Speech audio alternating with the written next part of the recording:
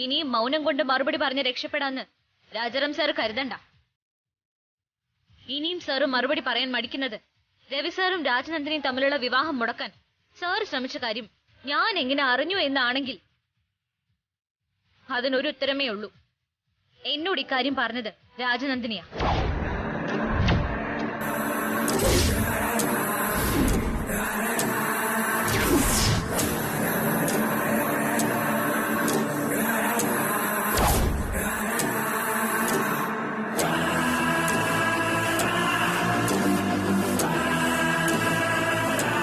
മരിച്ചുപോയ രാജനന്ദിനി എങ്ങനെ എന്നോട് ഇത് പറഞ്ഞു എന്ന സാറിന്റെ സംശയം അത് അങ്ങനെ തന്നെ അവിടെ നിലനിൽക്കട്ടെ. രാജനന്ദിനി മരിച്ചത് എങ്ങനെയെന്നൊഴികെ രാജനന്ദിനിയുടെ കഥകൾ ഏറെക്കുറെ എനിക്കും അറിയാം. ഒരു ദിവസം ഓരോന്നോരോന്നായി ഞാൻ എല്ലാവരുടെയും മുന്നിൽ വെച്ച് ചോദിക്കുമ്പോ ഇപ്പൊ ഞാൻ രാജനന്ദിനിയുടെ കാര്യം ചോദിച്ചപ്പോ സാറിന്റെ മുഖത്തുണ്ടായ ഞെട്ടലിന്റെ ഒരു 100 മടങ്ങ് അന്ന് ഞെട്ടാൻ സാർ ഒരുങ്ങിയിരുന്നോ?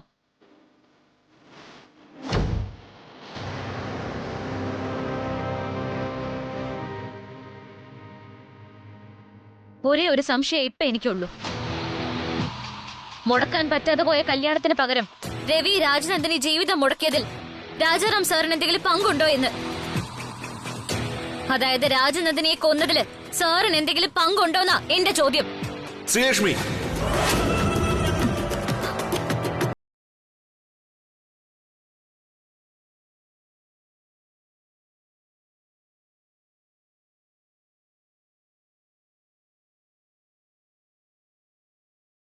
എനിക്കിതെന്താ പറ്റിയത്? ഞാൻ രാജാറാം സാറിനെ വെറുതെ തെറ്റിദ്ധരിക്കുകയാണോ? ഡയറിയിൽ വായിച്ച പോലെ അന്ന് രാജാറാം സാർ അവരുടെ കല്യാണം എതിർത്തിട്ടുണ്ടെങ്കിൽ വേറെ എന്തെങ്കിലും കാരണമാകും. അല്ലാതെ രവി സാറിനോട് ഒരിക്കലും രാജാറാം സാർ അങ്ങനെ ചെയ്യില്ല. മാത്രല്ല ഇതൊക്കെ രവി സാറിന് കൂടി അറിയാവുന്ന കാര്യമാണെങ്കിൽ സാറിന് വീണ്ടും ദേഷ്യം കൂടുകയുള്ളൂ. വർഷങ്ങൾക്ക് മുമ്പ് നടന്ന ഈ കാര്യങ്ങൾ ഞാൻ എങ്ങനെ അറിഞ്ഞു എന്ന് രവി സാറോ മറ്റു ചോദിച്ചാ ഞാൻ എന്തുത്തരം പറയും? ഇപ്പൊ അതിനെക്കുറിച്ചൊന്നും ചോദിക്കാതെ നന്ദിനി നിലയത്തെക്കുറിച്ച് മാത്രം ചോദിക്കുന്നതാണ് ബുദ്ധി. അതാവുമ്പോ രാജാറാം സാറിനെ സംബന്ധിക്കാത്ത കാര്യമായതുകൊണ്ട് ചിലപ്പോ സാറ് പറഞ്ഞു തന്നിരിക്കും. നന്ദിനി നിലയത്തിൽ എത്തിപ്പെടാൻ പറ്റിയാൽ രാജനന്ദിനി കൊലയ്ക്ക് പിന്നിൽ ആരാണെന്നുള്ള സൂചന കിട്ടുന്നല്ലേ ഡയറിയിലുണ്ടായിരുന്നത്. ബാക്കിയെല്ലാം തൽക്കാലത്തേക്ക് വിട്ടിട്ട് അത് മാത്രം അന്വേഷിക്കാം.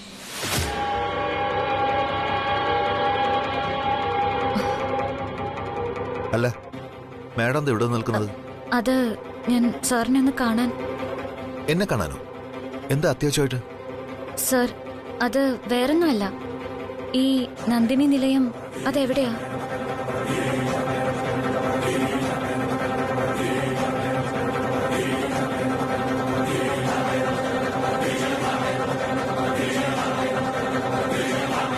അത് ഈ നാട്ടിൽ എവിടെയെങ്കിലും ആണോ അതോ?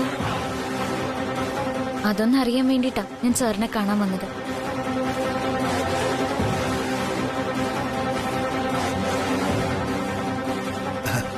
മാഡത്തിനിപ്പോ ഈ രാജനന്ദിനി നിലയം എവിടെ നിന്ന് കിട്ടി?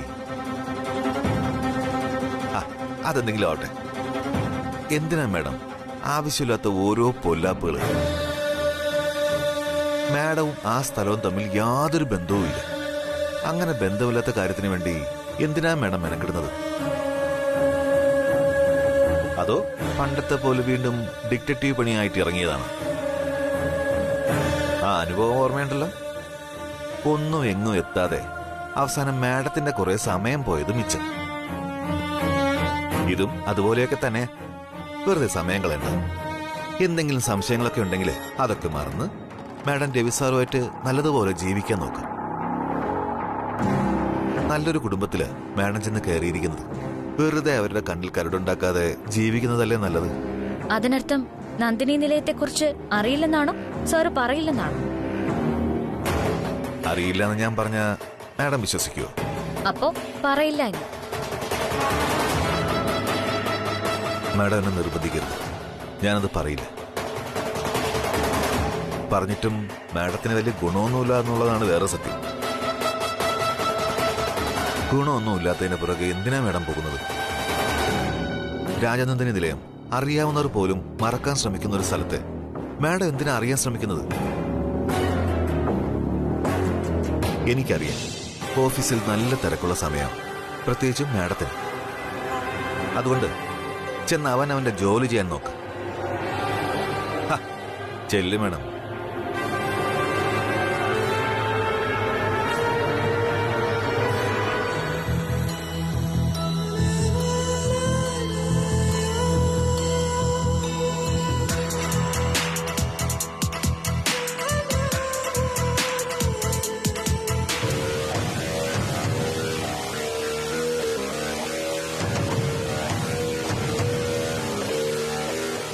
ശരി മിസ്റ്റർ നോബി, എന്താന്ന് വെച്ചാ നോബി വിളിച്ച് പറഞ്ഞാ മതി.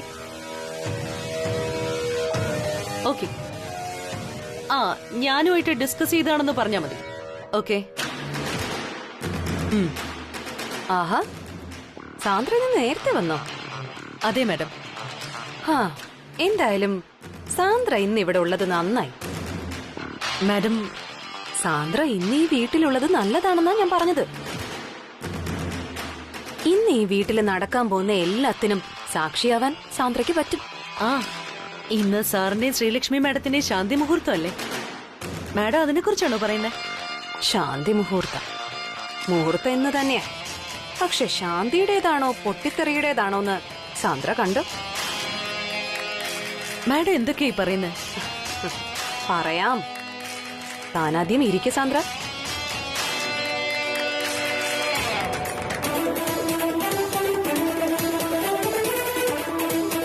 ഇനി മുതൽ എല്ലാവരുടെയും സ്ഥാനം ഇവിടെ ആയിരിക്കും.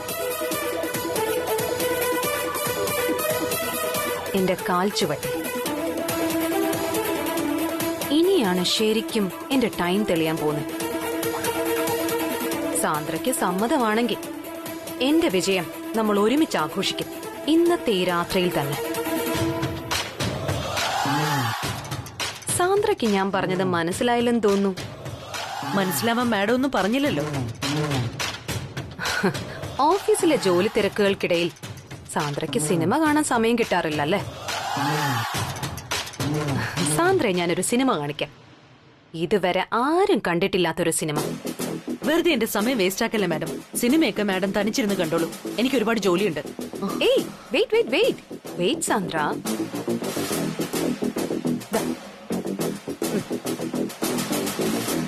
ഇത് ഞാൻ ഷൂട്ട് ചെയ്തതാ. ഇതിൽ അഭിനയിച്ചിരിക്കുന്ന ആള് എനിക്കും സാന്ദ്രയ്ക്കും ഒരുപോലെ വേണ്ടപ്പെട്ടവര് തന്നെയാ. താൻ ഇതൊന്ന് കണ്ടിട്ട് അഭിപ്രായം പറഞ്ഞിട്ട് പോയാ മതി.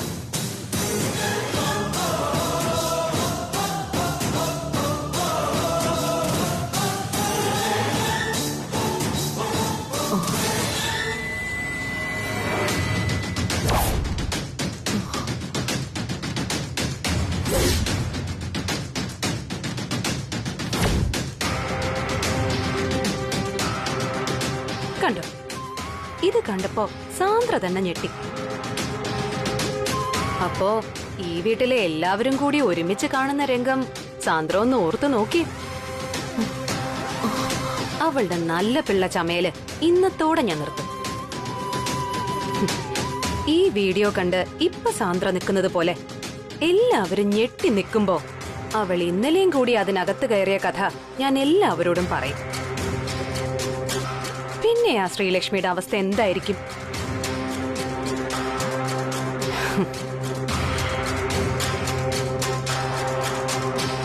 ഈ രേഖയോട് അവളുടെ കോളനി ബുദ്ധിയും കൊണ്ട് വന്നാലേ എന്താകുമെന്ന് ഞാൻ അവളെ പഠിപ്പിക്കും. ഒരിക്കലും മറക്കാൻ പറ്റാത്ത ഒരു പാഠമായി അവൾ എന്നും ഓർത്തിരിക്കാൻ പാകത്തിന് തന്നെ. എല്ലാവരുടെയും മുന്നിൽ തല കുനിച്ച് നിൽക്കേണ്ടി വരുന്നിടത്ത് തുടങ്ങും ഈ രേഖയുടെ വിജയം. പക്ഷെ മാഡം, ഇതെല്ലാരും കണ്ട അതൊരു വലിയ ഇഷ്യൂ ആവും. രവി സാറിന് മാനസികമായിട്ട് ഒരുപാട് ബുദ്ധിമുട്ടുണ്ടാവും. വേണ്ട മാഡം, മാഡം ഇത് ചെയ്യരുത്. It's my request. സത്യമായിട്ടും സാന്ദ്രയുടെ ഈ റിക്വസ്റ്റ് തള്ളിക്കളയുന്നതില് എനിക്ക് വിഷമമുണ്ട്. എപ്പോഴൊക്കെയോ എന്റെ ഒരു റിക്വസ്റ്റ് ഒരു സോറിയില് സാന്ദ്ര തള്ളിക്കളഞ്ഞിട്ടില്ലേ? അതുപോലെ ഇപ്പൊ ഞാനും സാന്ദ്രയുടെ റിക്വസ്റ്റിന് ഒരു സോറി പറയാം. സോറി. അതല്ല മാഡം. സാന്ദ്ര, നിനക്ക് താല്പര്യമില്ലെങ്കിൽ നീ എന്റെ കൂടെ നിൽക്കണമെന്ന് എനിക്ക് യാതൊരു നിർബന്ധവുമില്ല. നിന്റെ റിക്വസ്റ്റ് കേട്ട് ഞാൻ മനസ്സിൽ തീരുമാനിച്ച കാര്യത്തിൽ നിന്ന് ഒരടി പോലും പുറകോട്ട് പോകാൻ ഉദ്ദേശിക്കുന്നുമില്ല.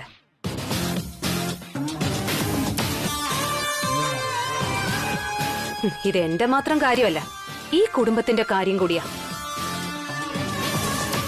അവൾ എന്തൊക്കെയോ വലിയ പദ്ധതികൾ ഇട്ടിരിക്കുക, അത് ഈ കുടുംബത്തെ നശിപ്പിക്കും.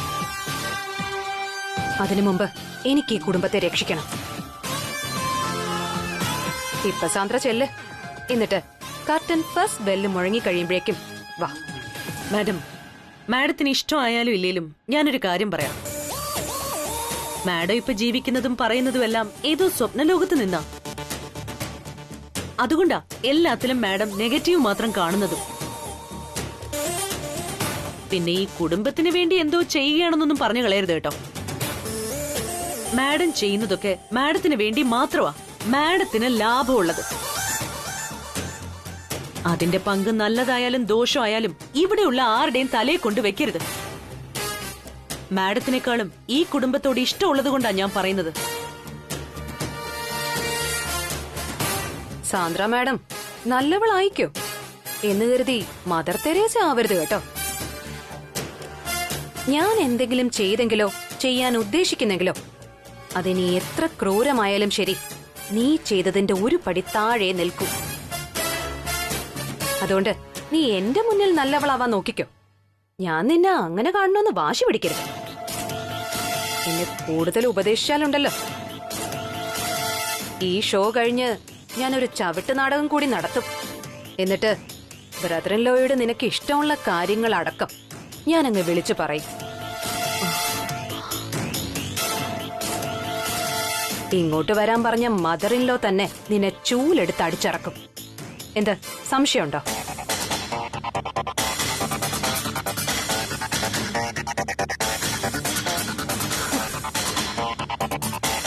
അയ്യോ സാന്ദ്ര, അതിനെക്കുറിച്ചൊന്നും ചിന്തിക്കണ്ട. ഞാൻ അങ്ങനെ ഒന്നും ചെയ്യാൻ പോകുന്നില്ല. മാത്രമല്ല ഞാനും സാന്ദ്ര ഇപ്പൊ ഒരു ടീമല്ലേ.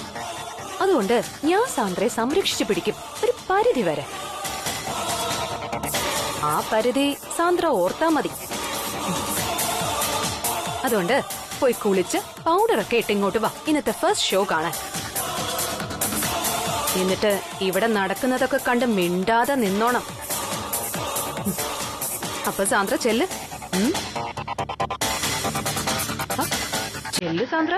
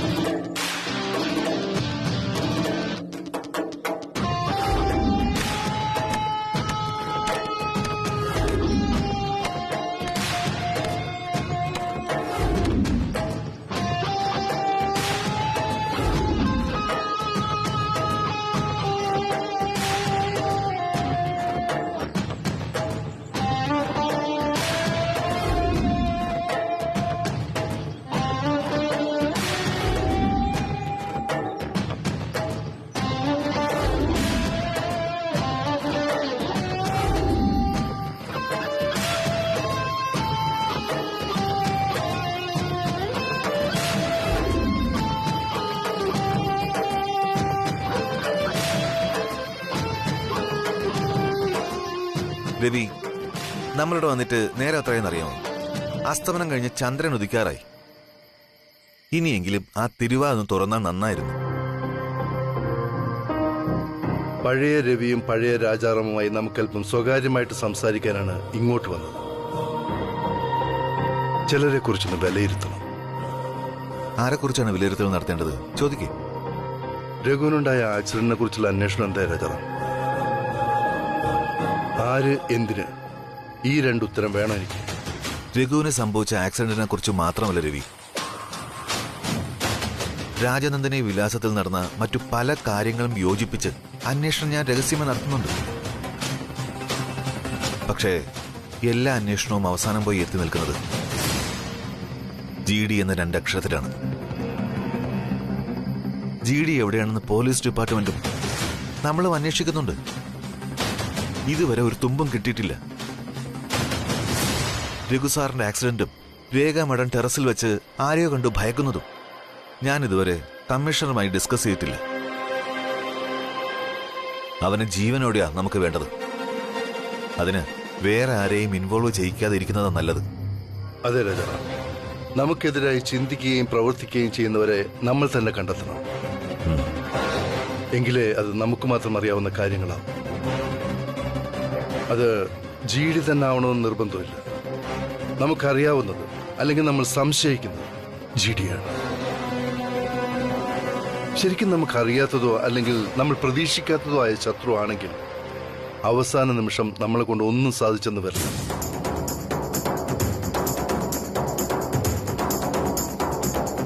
ഇത് രാജാറാം ഉദ്ദേശിക്കുന്ന പോലെ ഒരു പ്രശ്നമല്ല. ശത്രുവിന്റെ ടാർഗറ്റ് മറ്റാരുമല്ല, ഞാനോ ശ്രീലക്ഷ്മിയാണ്. രഘുവിനും രേഖയ്ക്കുമുണ്ടായ അനുഭവങ്ങൾ നമ്മുടെ ശ്രദ്ധ തിരിക്കാനായി മറഞ്ഞിരിക്കുന്ന ശത്രു നടത്തിയ ചില നീക്കങ്ങളാകാനാണ് സാധ്യത. എങ്കിലത് ആര്, എന്തിനു വേണ്ടി? എന്റെയോ ശ്രീലക്ഷ്മിയുടെയോ പ്രസൻസ് ഇഷ്ടപ്പെടാത്ത ഒരാൾ. ശത്രുത എന്ന് പറയുന്നത് ബിസിനസ്സിൽ മാത്രം ഉണ്ടാകുന്ന ഒന്നല്ലല്ലോ രാജാറാം. രാജനന്ദിനിയുടെ മരണത്തിന് ശേഷം 20 വർഷമായിട്ടുണ്ടാകാത്ത ചില പുതിയ സാഹചര്യങ്ങളാണ് നമ്മളിപ്പോൾ ഫേസ് ചെയ്തുകൊണ്ടിരിക്കുന്നത്. ദാറ്റ് മീൻസ് എന്റെയും ശ്രീലക്ഷ്മിയുടെയും ഒരുമിച്ചുള്ള ജീവിതം ആരെയോ വല്ലാതെ ബുദ്ധിമുട്ടിപ്പിക്കുന്നുണ്ട്. ആ ബുദ്ധിമുട്ട് വർദ്ധിക്കും തോറും ആക്രമണത്തിന്റെ ആഘാതവും കൂടും. അതിന്റെ ലക്ഷണങ്ങളാണ് ഇപ്പൊ നമ്മളുടെ മുന്നിൽ ഉണ്ടായിക്കൊണ്ടിരിക്കുന്നത്.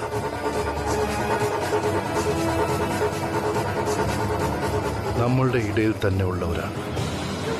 അയാൾക്ക് എന്റെയും ശ്രീലക്ഷ്മിയുടെയും വേർപാടോ അന്ത്യവുമാണ് ലക്ഷ്യമെന്ന് എന്റെ മനസ്സ് പറയുന്നു. ഇങ്ങനൊരു കാര്യം നീ മുമ്പ് പറഞ്ഞപ്പോഴൊക്കെ ഞാൻ കാര്യമായി എടുത്തിട്ടില്ല. പക്ഷേ ഇനി അങ്ങനെ സംശയിക്കേണ്ടിയിരിക്കുന്നു. രവിക്ക് അങ്ങനെ ഒരു സംശയം ഉണ്ടെങ്കിൽ അതാരാണെന്ന് നമുക്ക് ഉടനെ കണ്ടെത്തണം. അല്ലെങ്കിൽ അത് ആപത്താണ്. എന്റെ ജീവിതത്തിൽ നടന്ന വിപരീതമായ അനുഭവങ്ങളിൽ നിന്ന് അന്വേഷണം തുടങ്ങുകയാണെങ്കിൽ ശത്രുക്കളിൽ പ്രധാനി നീ നേരത്തെ പറഞ്ഞ ഗൗരിദാസ് എന്ന GD-യാണ്. പക്ഷേ മനുഷ്യനായി മാറാൻ നീ ഒരുപാട് അവസരങ്ങൾ കൊടുത്തിട്ടും മാറ്റം വരാത്ത ഒരു മൃഗജന്മമാണവൻ. അതുകൊണ്ടാണ് ഞാൻ കൂടുതൽ അവനെ സംശയിക്കുന്നത്.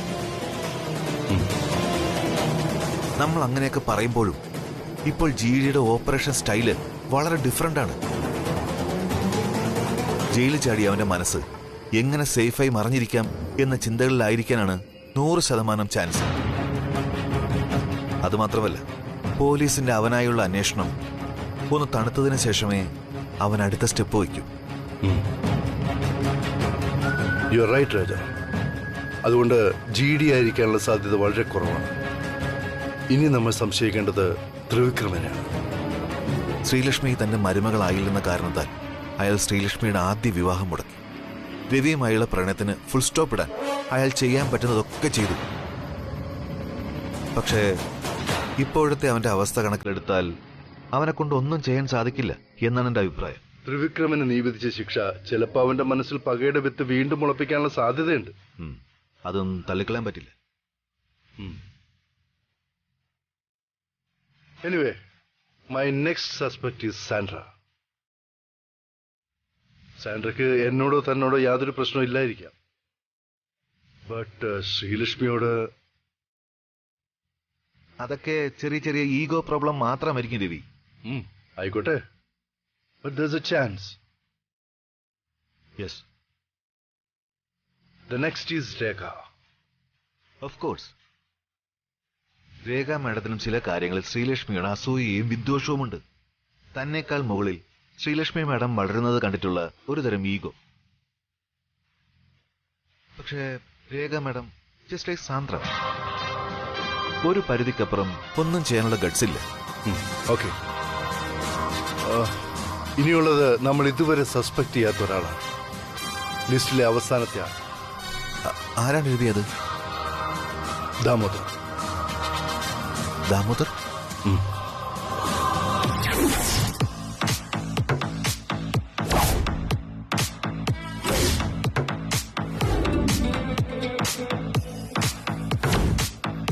അവനെ ഇനി നമ്മുടെ ശത്രുവായി കണക്കിലെടുക്കേണ്ടതുണ്ടോ രവി? ചില ആളുകൾക്ക് മാറ്റമുണ്ടായി എന്ന് നമ്മൾ വിചാരിച്ചാലും ചിതയിലേക്ക് എടുക്കുന്നത് വരെ അവർക്ക് ഒരു മാറ്റം ഉണ്ടാകില്ല. പക്ഷേ ഇപ്പൊ അതൊക്കെ അവനെ കൊണ്ട് സാധ്യമായിരിക്കുമോ എന്നാണ് എന്റെ സംശയം. ചെയ്തു കൂട്ടിയതിന്റെയൊക്കെ ഫലമാണല്ലോ ഒരു ഭ്രാന്തനായി തെരുവുകളിലൂടെ അവൻ അലയുന്നത്. ഞാനും അങ്ങനെ തന്നെ കരുതിയിരുന്നത്.